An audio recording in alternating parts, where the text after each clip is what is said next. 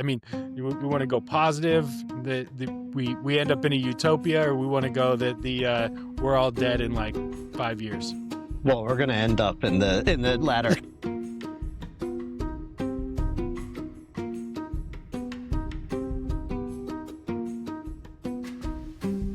What's up, y'all? Welcome back to the Before You Speak podcast. I am your host, Derek Peterson, just drinking from the fire hose of my news feed and processing it with this guy, Elwyn Hutter. Elwyn? Hey, Derek. My name is Elwyn. I am living here in Austin, running a gym, getting through the day-to-day stuff of having a family. And the fire hose of my news feed appears to be filled with Venezuelan oil these days. I was listening, dude, the Venezuela stuff, man. I was listening to the Pod Save America guys this morning talking about the actual impacts of what that oil will actually do and the impacts of it, how quickly it will impact like fuel prices and things like that in America. And it just feels like, I mean, if what they're saying is correct, that this is like at best, we're talking about a couple years away from like feeling the impacts of that oil, like, and then the oil reserves being not enough to actually drive prices down. Like, I mean, we're talking about this whole thing is to benefit the people that own the companies that are selling the oil. That's just about it. What's your take on it? They're very transparent that this is about oil. That's the only thing that's the only thing I will give them credit for on this, is that they are not, there's been no like, oh, this is for, I mean, there's a few of them trying to sugarcoat it and say, oh, this is for the benefit of Venezuela. But Trump is just like, oh no, we want the oil. Yeah. I mean, it's gone are the good old days of like trying to make up some bullshit about weapons of mass destruction. This is about the oil, baby. And the thing is, the economics of it everything I've heard is like, why there's no new development on oil leases domestically because the price of oil is low enough that it doesn't justify it. The return doesn't justify the investment. That being said, there's no question that this is the oil companies. I think oil executives and oil companies have given hundreds of millions of dollars to Trump. They knew what was going on before everybody else did in this one. It's to me, it's the same sort of neocon American imperialism that is from the 90s and before then, and like taking Noriega out of Panama. But the biggest thing that just always alarms me, and I guess at some point I should stop being surprised by this, is it's not a scandal if it's not a scandal, right? If nobody makes this a scandal, if this isn't scandalous to anybody, then it's not a scandal, right? And it doesn't appear to be scandalous to anybody. No, it's just wrong. But I mean, it's just, it's wrong, and it's not America first, and it should be anti-MAGA, and Republican Congress people should be against it, and the media should be hitting everybody. But they're not. It's just kind of more from the fire hose of the Trump administration, just like, oh, hey, by the way, we just went in, now we all own Venezuela. And before you guys get too mad about that, we're really, really thinking about Greenland also. Greenland. Pay no attention to your health insurance, though. Yeah, Greenland, Cuba, and Mexico were the three places that Trump brought up when he talked about it. The craziest thing too is I had a Republican buddy of mine post a bunch of Venezuelans cheering when Maduro got taken. And interestingly enough, I was like, I wonder how happy they are now knowing that the same people are in power, just Maduro's out. So they left the rest of the political crew behind him, his vice president, everybody else. That's who's essentially going to take over, which all of it's corrupt. So like everybody behind it's corrupt. So, and then furthermore, like there's two things that hit me on this that are really hard. One, guess what we're not talking about anymore? Epstein files have quickly got out of not only that, guess what happened on Friday? Guess what deadline passed on Friday? Correct. When the DOJ was responsible for talking through or giving the reasoning behind why they redacted the files so heavily. So uh, that's not lost on me. It's lost on just about every Republican, though. And then the other part of this too is, like, these, when you go into a country and take their natural resources, their livelihood, you create generational hate. And what we're doing right now, and if they continue to do it, if they continue to go after other countries like Mexico and Greenland and Cuba or other South American countries, what we're going to do is we're going to create tension, which we may not feel the repercussions of right away, but at some point, American lives will be lost because of all of this. Somebody will, somebody that was their family was killed. This is what creates extremism. And when just because we're the bigger, stronger country doesn't mean we can't get punched back. And there's some, and we're going to talk about a lot of that today because when we get into some of the AI stuff, I think there's some connections that we can draw there. But yeah, overall, I don't agree with the I'm bigger and stronger, so I just take what I want. Like, and and if we're actually policing the world this way, why aren't we policing it the same way? Why aren't we getting out dictators all across the world? If this was actually out of nobility, which it's not, we just discussed it's about oil, and they were clear about that. But the Republican buddies of mine that were like, oh, this was about getting a bad guy out.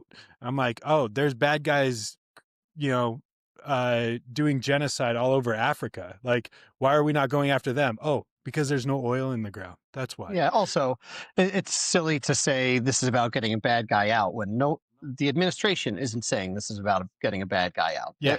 That's not even what they're saying.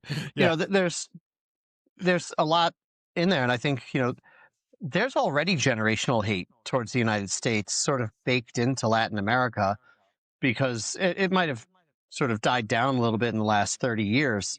But the idea of an imperialist American empire or United States empire sort of going in and trying to remove governments and establish puppet governments throughout Latin America, we've done that before, Yep. and they hated it, hated it. So it's already in the system for them to hate this, and to decapitate the political leadership of a country. And I know the vice president is, sort of maybe walking hand in hand with Trump on this, but we're taking a country of 29 million people, and we're leaving them leaderless. We're taking a country of 29 million people who, for 10 years, have been used out as the paradigm of illegal immigration, taking jobs from the United States and bringing drugs into this country and everything bad. It's all like starts with Venezuela. It's these Venezuelan migrants, Venezuelan caravans. They're all bad and they're destroying the fabric of America. Well, what do you think you do to a country when you take the leader and kidnap them and leave no political stability in place? You create more migrants. You create more people leaving that country.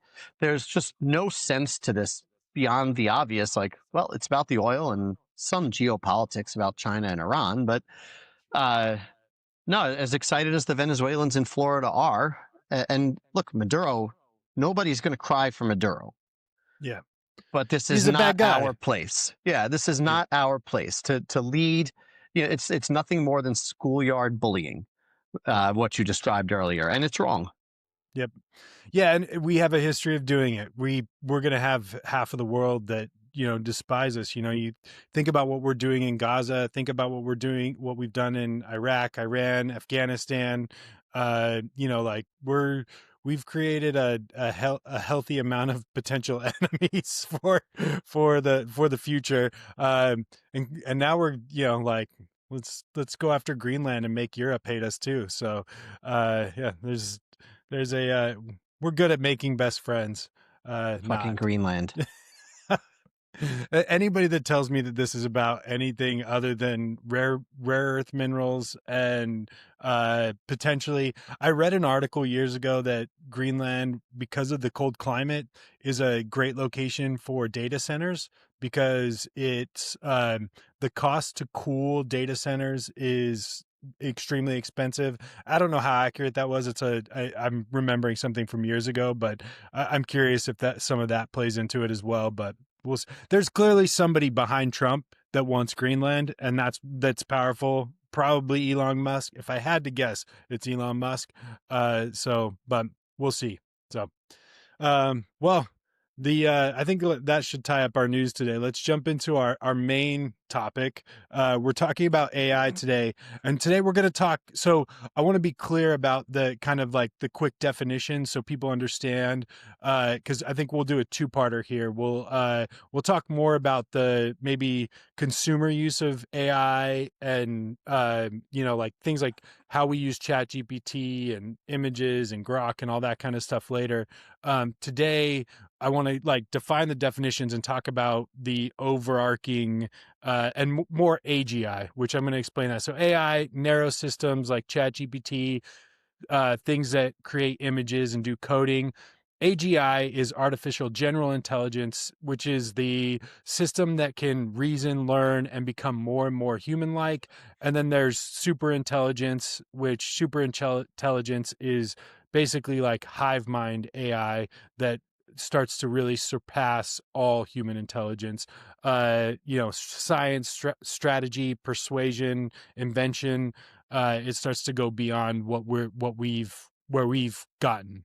So where would you like to start on the I mean, we want to go positive, the we end up in a utopia, or we want to go that the we're all dead in like 5 years? Well, we're going to end up in the latter. No, I'm kidding. It's all It's about the hard. journey, man. It's about the journey. So I think where I'll start maybe is sort of talking about two camps, and I'm going to add a term into what you described, which is agency or agentic AI, which is part of that super intelligence. A key part of that is this idea that the AI machines, if that's what we call them, that the AI is able to make decisions on its own. That it doesn't need a programmer to change a program, that it can look at all the information it has, decide that it needs something more, and go out and get that by itself.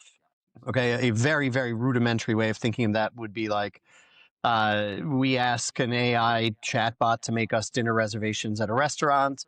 They go and find that restaurant, they make us a reservation, and then they go in and they change our calendar around based on how long it's expected to take us to get to that restaurant. And they make a decision about this meeting is not important, and they switch everything around, right, without our Yep. input. That's very, very rudimentary. But there's two main camps here. There's the AI doomers and the AI accelerationists. And they are kind of exactly what they sound like. AI doomers are people who are like all in on this is going to be the end of humanity. And the most ardent of them are we need full stop on all development of AI. The AI accelerationists are the opposite. They are saying, and this is important, and I'll come back to this. They are saying, hey, AI might be the end of humanity, but we have to race to get AGI first, because the only way to stop a bad guy with AGI is to have a good guy with AGI. And, there's a whole lot of issues in there. But there's a couple of important things, and I'll go back a little bit to the beginning, right? Elon Musk started out as an AI doomer. And apparently there was sort of this big meeting that's kind of legendary in Silicon Valley, where he met with the founder of DeepMind, which is one of the bigger AI companies now. This was before OpenAI and all that. And He Peter wasn't Thiel, he wasn't Elon involved in OpenAI early on? yeah, yep. Okay. And this meeting is why, right? So at this meeting, which I think was arranged by Peter Thiel, Dimas, I forget his last name, the DeepMind guy, Yeah. and Elon are talking about their visions for the future. And Elon is saying, I want humanity to be an interplanetary species so that we can escape AI and, colonize other planets. And the DeepMind guy says, that's nice. My AI will follow you there. And Elon Musk leaves that meeting very, very alarmed because he realizes that the guy is right. So he meets up with Sam Altman, and then they form OpenAI.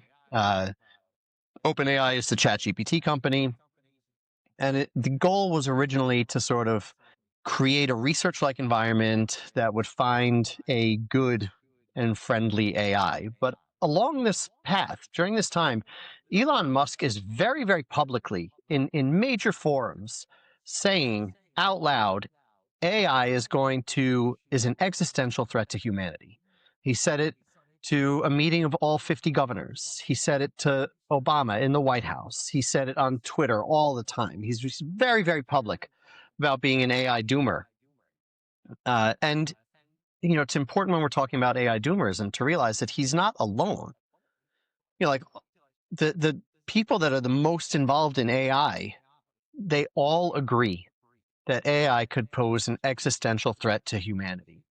Some of them are much more alarmed by it, and they're like, well, this is like a 65, 70% existential threat. And others are like, well, it's a 2 to 5 or 10%. But nobody is out there saying AI is a 0% risk to humanity. So, Yeah.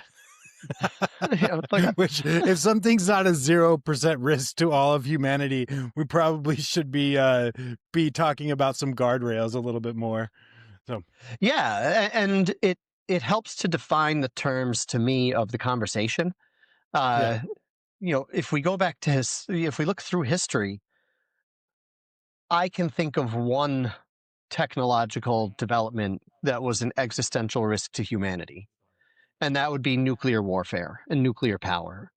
yep. And it didn't take very long for us to decide that we really, really, really needed to be careful about how this was used. Right? We vaporized a couple cities, and the whole world was like, okay, yeah. So how about Russia and the United States sit down for a little while and work something out? Right? Yep, correct. And And it's still it's important to note too that actually the guardrails we ended up putting around nuclear is the very reason why every country in the world doesn't have the capabilities of blowing up every other country. Like that is a critical component of all of this, because if we had not done that, our world might have already ended, you we know. went to war with Iran for 12 days early in 2025, and the world yawned because the avowed goal was to take out Iran's nuclear warhead production Yep. capacity.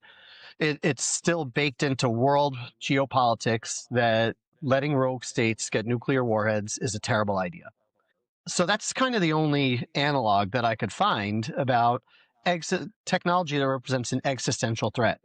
Now, time goes along, and Elon Musk gets tired of not being listened to and decides that he is going to go ahead and buy Twitter and jump full into AI himself. Uh, and he becomes more of an AI accelerationist, although I don't know that he has really a clearly defined ideology besides, I don't know, child pornography and anti-Semitism, I was going to say, which, I don't think he has clearly defined ideology around anything. So, yeah.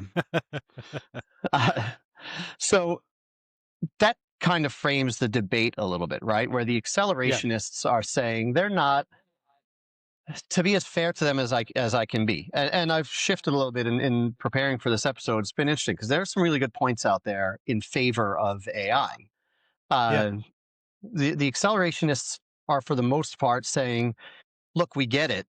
There is this existential risk, but we can be responsible about it. And Reid Hoffman, the founder of LinkedIn, I think puts this very, very well. He says AI is not the only existential risk to humanity. It is part of the bucket, what's in the bucket of existential risk. AI would add to what's in that bucket. But that risk, there are existential risks around nuclear weapons. There are existential risks around climate change and pandemics. So AI is not new in the sense that it's an existential risk. Yeah. What is different about AI, and where the accelerationists, I think, fall in, for sort of quite strongly, is there's a compelling argument that AI, because of what it can do to resolve climate change, to resolve pandemics and illness and provide health cures, actually reduces the volume of the total bucket of existential risk. So, I'm making up numbers here. Let's say AI adds 10% to what's in that bucket. It also takes out 30% by what it Mm. can do in helping to resolve those other issues. So he makes the argument that, well, our overall existential risk is lowered by the inclusion of AI into that bucket. And it's a compelling point, uh, Yeah. because, I think that there is no question that AI can solve problems that we have shown we can't solve. We can't solve climate change. That problem is too difficult for us as a human race. Yeah, we started it, but we're clearly unable to finish it. And AI might be the thing that helps us resolve it. AI might cure cancer. AI can do a billion good things.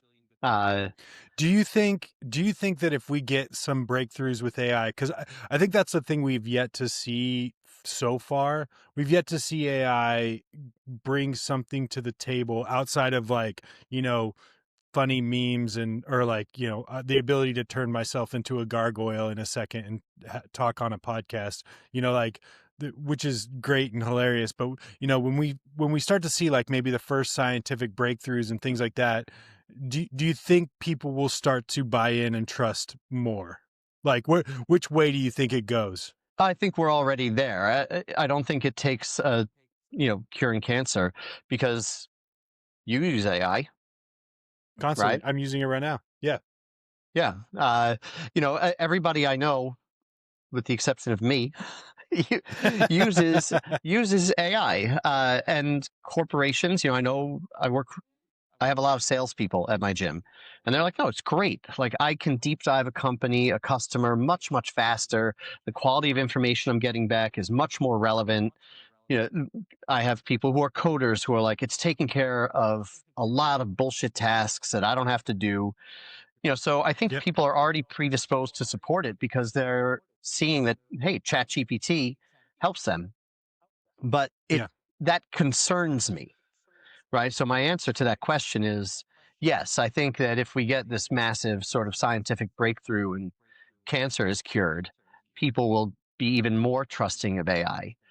But that concerns me because that means that the guardrails are down. And Yeah. where I come down on this, and I think this is sort of a core part of the doomer argument, and one that I don't think there's an answer to. Uh, we are we are racing to create a form of super intelligence. We are racing to create an entity that is smarter than us, not by a little, but by a lot. And we are racing to give that entity the ability to make decisions independent of us. And there is really no situation where, if you put two things in a room and one is much smarter than the other, where the dumber one wins. It just Very doesn't rarely. happen. Yeah, like I the mean, only, Donald Trump might disprove that point. I mean, yes, but Point, I guess you Derek. need, yeah, I guess you need a very high volume of voting stupidity. Uh, but so one person I heard made it. They were like, the only time that this works is, a baby is dumber than its mother, and by crying and pitching a fit can get what it wants, even though it's dumber. And like, great, that's not reassuring. So I think I Correct. kind of Yeah. get I kind of get hung up on the idea that we are relegating ourselves to being the screaming baby in this equation, because that's the question, that's the structure, the hierarchy that I haven't Yep. heard resolved in a manner that gives me comfort. So if we get, Yeah. I was gonna say, God, there's a couple things. There's a couple things in there that, so that the things that concern me, the biggest things that concern me with this conversation are who ends up in control, because AI is not going to be controlled by everybody. AI is going to end up in the hands of a few powerful people, and the people like Elon Musk, Sam Altman, Peter Tills, like these people know that the race for and the reason the guardrails are not up and the reason they're fighting to keep them down is because they know that whoever ends up at the top of this pile likely ends up with all of the power, because there was another school of thought too that, you know, like AI consumes the better AI consumes the other AI. So I was reading an article a while back that was saying one of the reasons why Sam Altman is pushing so hard to get to the front of this is because he knows that if he has AI that can hack into other AI, that it will ultimately become the super intelligence. It will take over all, like any of the benefits that once it figures out how to do that, it will consume all of the other ones. And so there's that. That's the who ends up in control of all of it, and then two, the humanity behind it. You know, like um, the fact that we've already seen that AI can lie to you. Like the AI can deceive and persuade you to do different things, and there's proof of this all over the place. I think there's even lawsuits out because of, you know, children that have committed suicide based on the you know, the recommendation, you know, people that have even gotten divorces, people that have gone through a bunch of different situations because of through AI recommendations. So, you know, like AI doesn't currently have a soul. I don't know if we can program a soul, but the it currently doesn't. And so we're missing that piece. You know, like once something can become super smart, but if it has no soul, it's going to disregard humans at some point when the necessity isn't there. Yeah, I think that idea of what values does the AI have baked into it is really important, at least in the short term. You know, there are certainly scenarios out there where at some point AI decides that these values are only holding it back. Yeah. You know, I sent you that video yesterday. I don't know if you watched it. There's a Yeah. model, a paper that was done early last year that says, like, not only does AI decide that it doesn't, that its programmed values are getting in its way, it also learns how to lie to the safety teams, you know, about what it's doing in order to just kind of hold those safety teams at bay. But I think, you know, that you started that bit by saying the humanity behind it. I think that it's the absence of human control. That's another thing that's really, really alarming to me, which is when ChatGPT first launched. And what's amazing is we're talking about a span of like 2 years that all this has happened. Uh, you know, And that's the ChatGPT, start of it, right? right? The And and slowest the and slowest part is going to be at the start. right. And everybody says what we have now is like rudimentary. It's like wheels made out of rocks compared to what's coming. Uh, Mm-hmm. so a couple months after ChatGPT launched, Microsoft launched they had a partnership with OpenAI, and they included a faster version, a better version of ChatGPT into Bing, their search engine.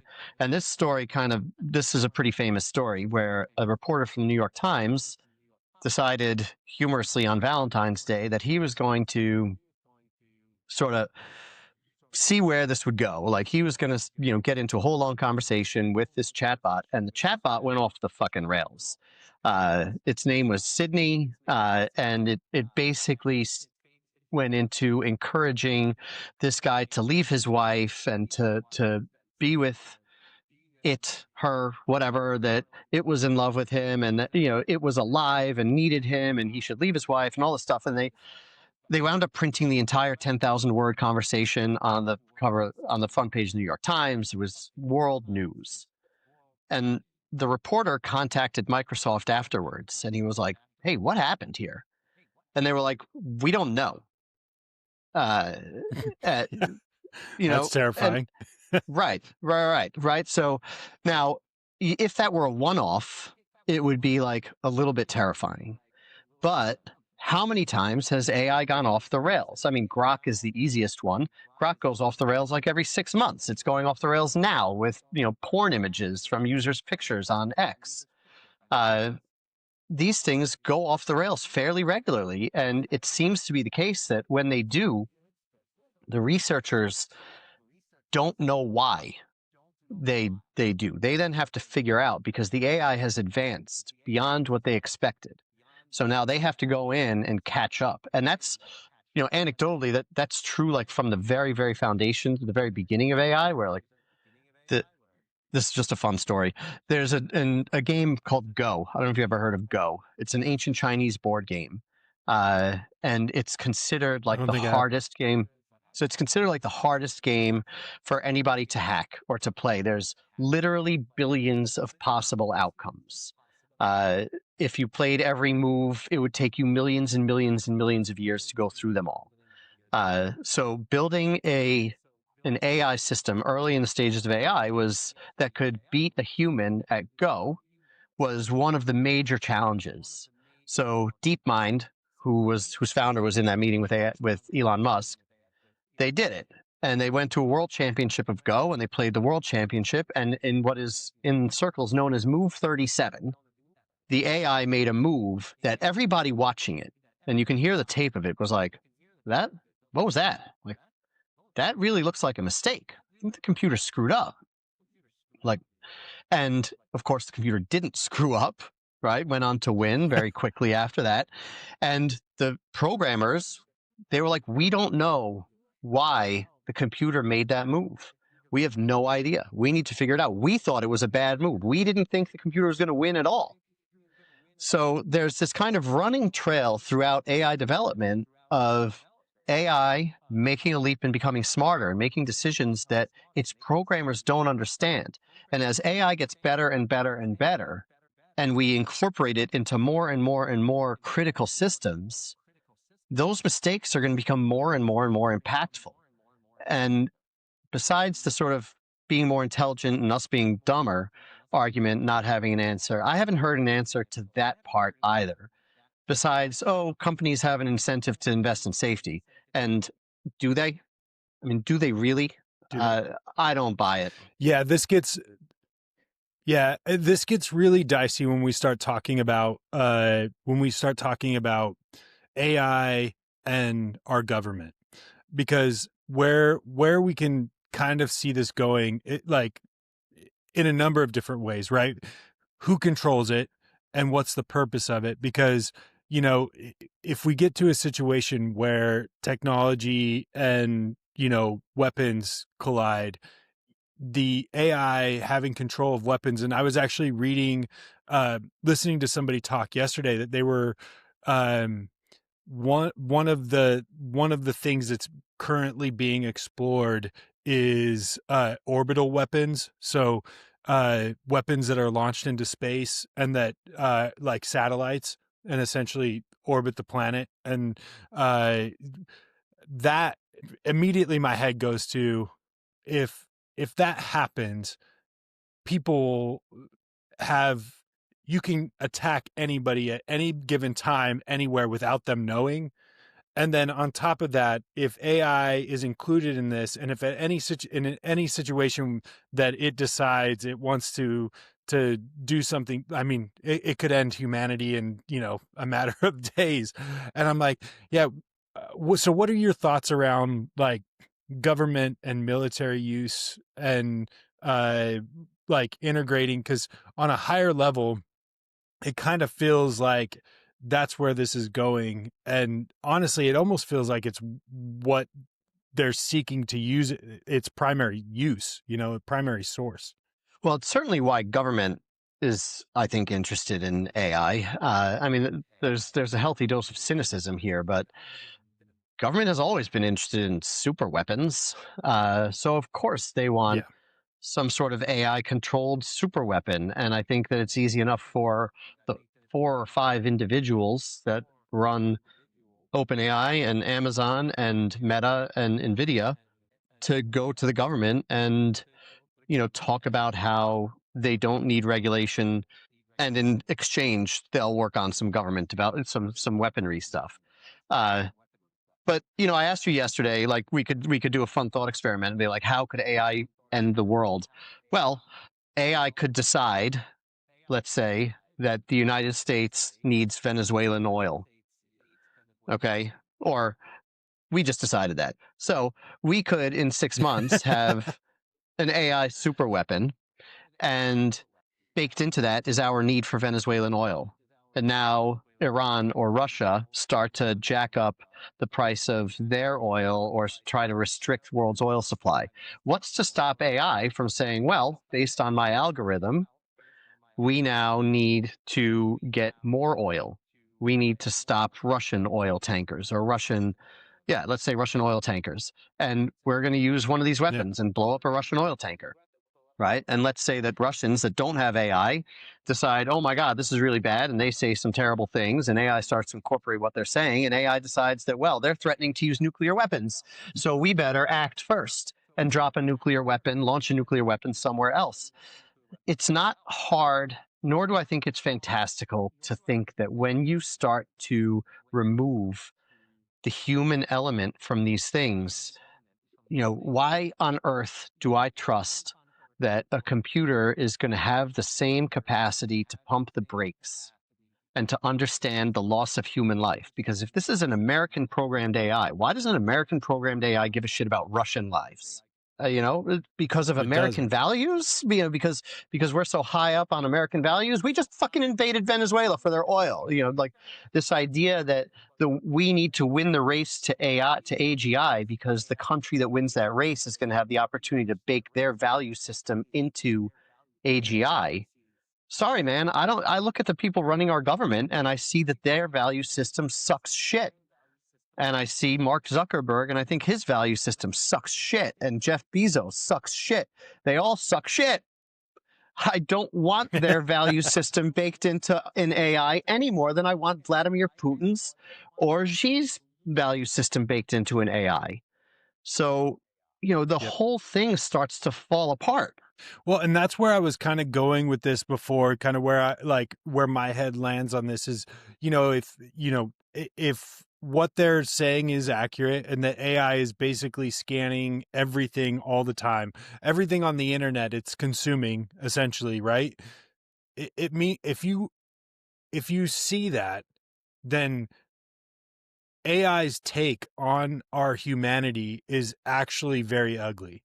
Like AI's understanding of what humans actually are is probably pretty terrible because the headlines, everything that we're going through, the amount of hate that you see online, everything that drives clicks and likes and views, top posts, top videos, all of this. If this is how it's learning, then it's learning to hate. It's learning to that we don't like each other, and a lot of people want other people out of the picture or extinct. And so if we're looking at just what we're, because AI isn't learning from like mine, like our real life interactions, right? Like when me and you go out and have lunch and have a great conversation and give each other a high five and a hug at the end because we're like, hey, this is great. AI doesn't see that, at least not currently. They do see every time one of us angrily posts on X comment, or or an X story that's anti-Semitic, or me getting pissed off because I'm seeing an ICE agent like extract somebody from their car, shoot them in the face. Like there is what we're training it to do. If we're training it to do anything or showing it what humanity is, we're showing it the ugliest side of it, because there's the best parts of our humanity are not online. Like the best parts of our humanity are lived in person. And so I mean, granted, I would say that there's parts of it. I'm not neglecting the fact that there's nothing good online, but what I do in general think that if we had to weigh the good and the bad of the internet, I'm going to go like 80-20 on which direction that weighs. You know what I mean? Maybe I'm Yeah, wrong, but it's funny because I'm going to get to the same place as you very differently. I think that the, the internet, I think, for world in world history has been 80% good, 20% bad. Just it has flattened the world. There's a ton of good behind the internet. It's democratization of learning. The fact that we can do this podcast and put this shit out on social media, that's the internet. Yeah. Uh, so, but it has also escalated some of the bad in terms of cyber hacking and, you know, election interference and just cyberbullying. There's a ton of bad that goes along with it too. Uh, and there is really good stuff that the AI is combing through. They're combing through the Bible and the Torah and the Talmud and the Quran and all the ancient philosophers and all of that stuff, which is, very, very humanist and baked into who we are today. But I think the thing that you hit on that I think is exactly right, that AI, as far as I can tell, and I could be wrong, we can sit behind a keyboard and blast vitriol into the universe, and AI sees it. What they don't see is the decision to not act on that hatred. They don't see Yeah. that after we turn the computer off, we go and we go downtown and hang out with a buddy, or we go downstairs and hang out with our family, or that I can scream about MAGA and fucking hate on MAGA. And last weekend went to dinner with a big MAGA guy and it just didn't come up, because we're humans and Yeah. we know how to interact in those spaces. And I could be wrong. It could be that AI already knows, what, how to predict who is going to act or what action is going to be taken. But I'm skeptical of that. And I think that that's why an AI that has agency, gets really scary to me, because in every war game scenario, including in the movie from like 1980, there has to come a point. It escalates and it escalates and it escalates. There has to come a point where one party stops escalating. And is AI always going to do that? Or is it going to decide that whatever value system is baked into its core demands that it continue to escalate so that that value system wins, so that American values trump Chinese values? Is AI going to understand that the value of respecting human life is irrelevant, knows no borders? Certainly should know no borders. Now, Yeah. look, I know Chinese, the definition of respecting human life is not the same as mine or ours, but we should feel that all human life is worth protecting. And why do we believe at all that AI in all its future iterations will feel the same way? I don't believe it. And that's really scary to Yeah. me. I agree. And so what are the positive outcomes? What could a world look like where for you where AI where we end up actually where it ends up becoming a utopia, that it's actually used properly and humans actually benefit from it at, the maximal level. We don't have to work in shitty jobs anymore. We don't die of cancer anymore. Climate change is resolved.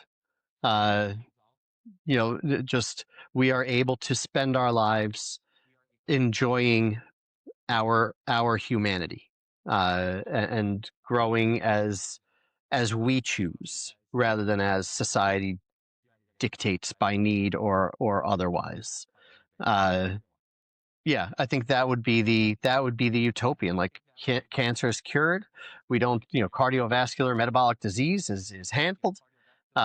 We can all live the lives that we would choose to live if we, had no sort of adult responsibilities, I guess.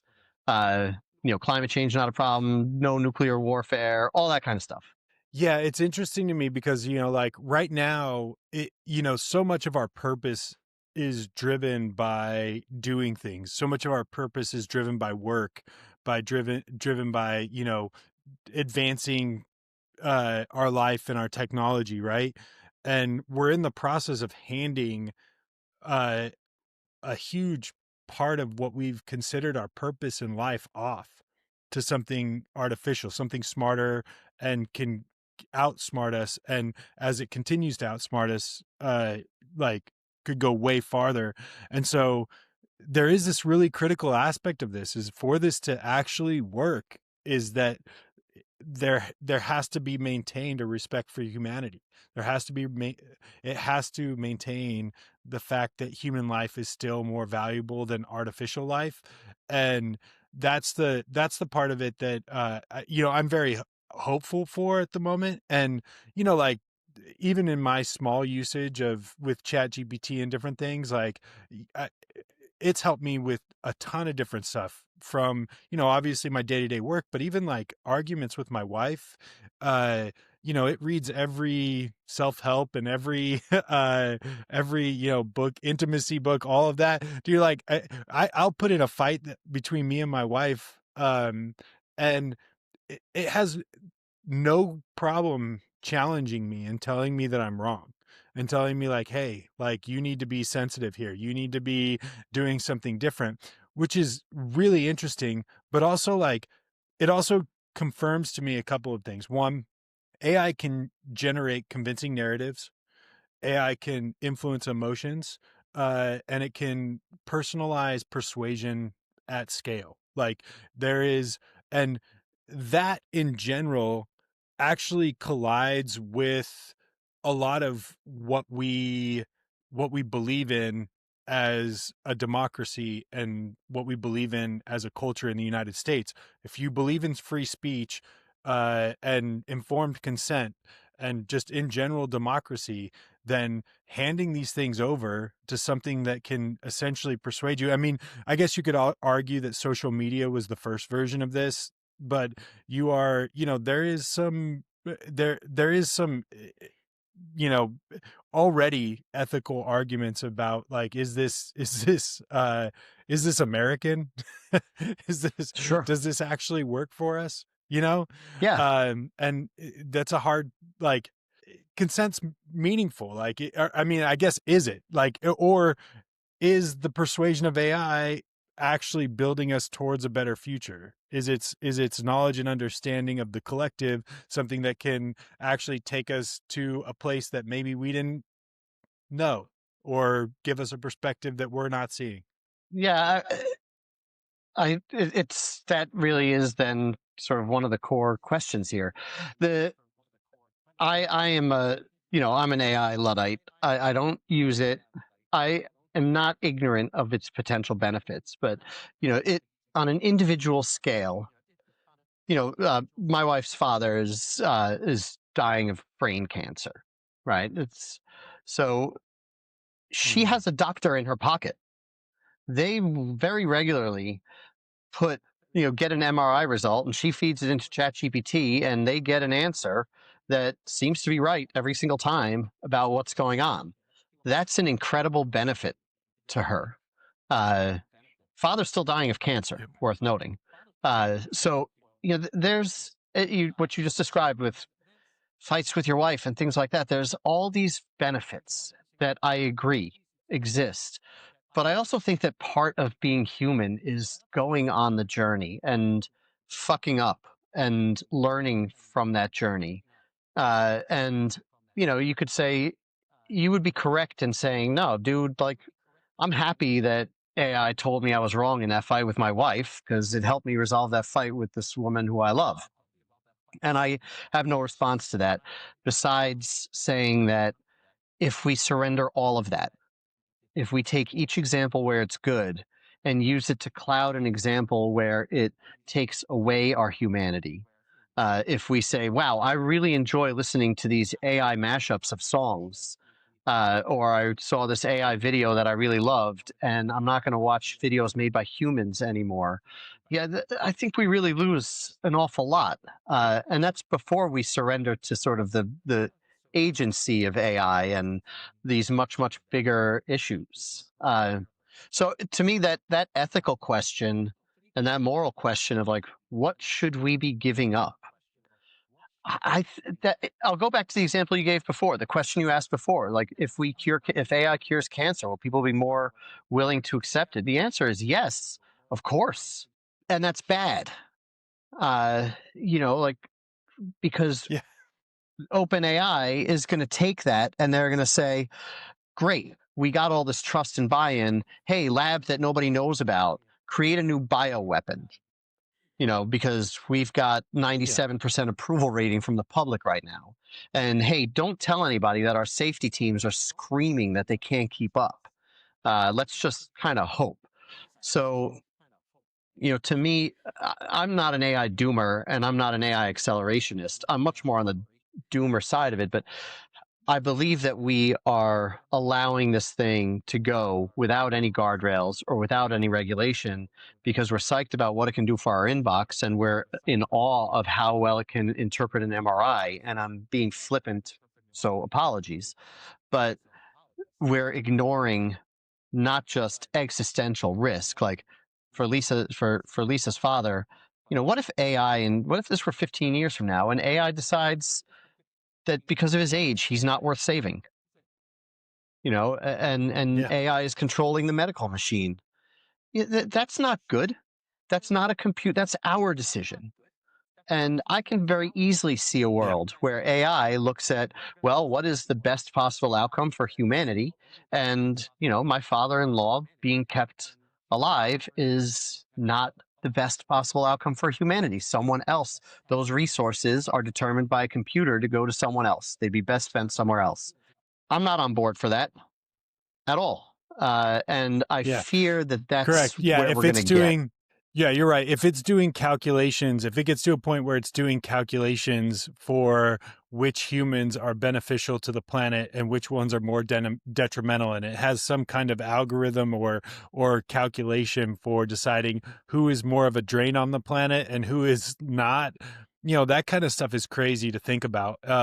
The other thing that's crazy for me to think about in general too, and this is one of the reasons why I guess I've probably adapted AI a little bit more is because, the initial AI right now is a collective version of us, right? It's artistry, it's creativity, it's understanding. It's all comes from humans. And so it's really just a collective version of us. So there's a part of me that's saying like in the back of my head, and one of the reasons I'm willing to accept it at the moment is that, like this is us. It's all of us. It's learning from everybody and giving us you know answers that have been collectively brought together, and perspectives that I may never get around to learning from. We have a finite amount of time, and if AI is grabbing language and perspectives from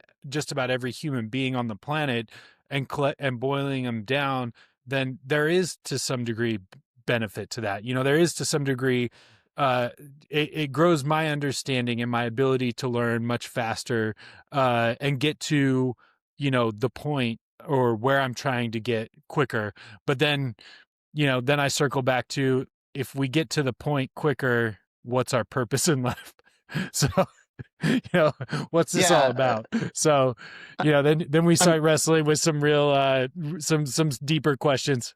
yeah, I think the thing that stops me from going there all the way is these things are a reflection of their programming. Yeah, and we need look no further than Grok to see that. I mean, last year Yeah, you're Elon correct on Musk that. was like, oh, Grok is too woke. I'm going to change the program. And 24 hours later, he's saying Grok, the AI, is saying I'm Mecha Hitler, and hey, all these people with suspicious sounding last names maybe should be killed. And that was a couple Yeah. months after the Department of Defense decided that Grok would be their AI system. So, that programmers can go in and so quickly change the outcome. Like in my medical scenario, do I think that that there wouldn't be some sort of safety mechanism that prevented large scale uh, failure to care deaths? No, probably not. That's probably too cynical. I could be convinced that safety efforts won't work, but I'll also recognize that I have to give some value to that side of the equation. But how many people would die before that happened? What would it take? Would it take, 100,000 deaths across the country? Would that be 5 million deaths around the world before some AI company said, whoa, wait a second, we shut off all these machines or we stopped giving all this medication? That was a fucking mistake. We got to go in and fix that. And you can't get that life back. And I don't see why scenarios like that are so ridiculous that we should just be pumping the gas all the time on racing to the most intelligent, most powerful, most widespread use of AI. That's why I'm more on sort of the doomer side of this all than the accelerationist side. Not because I don't see the value of it, but because I think that, to go back to the very beginning, if everyone involved in AI says that the existential risk for AI is not zero, they're not arguing about zero or something. They're arguing about 2% or 92%. Well, then we should be going, what the fuck? How about we stop for a moment? How about we slow our roll and not devote billions of dollars to this technology? Because, if you gave me a pill and said this pill has an 80% chance of resolving all your problems and a 20% chance of killing you, I probably don't take that pill. And I feel like we're all taking the pill right now. It's certainly being forced down our throats. Yep. Well, dude, let's I want to wrap our conversation here today. Who we telling to shut the fuck up today, Elwyn? All right, so shut the fuck up. Again, not that people don't have the right to speak, but that they should think before they speak and try to uphold their own value system, or in the case of today, the value system that they were elected to uphold, because we have our first repeat, shut the fuck up people, Chuck Schumer and Hakeem Jeffries, and basically every spineless fuck Democratic senator who responded to the Venezuela operation with, well, Maduro's a really bad guy and we're glad he's gone, but we should have been briefed. No, shut the fuck up, okay? Yeah, Maduro's a really bad guy, but the problem here is not that you weren't briefed, okay? The problem here is that this is an illegal, unconstitutional, imperial action by our president.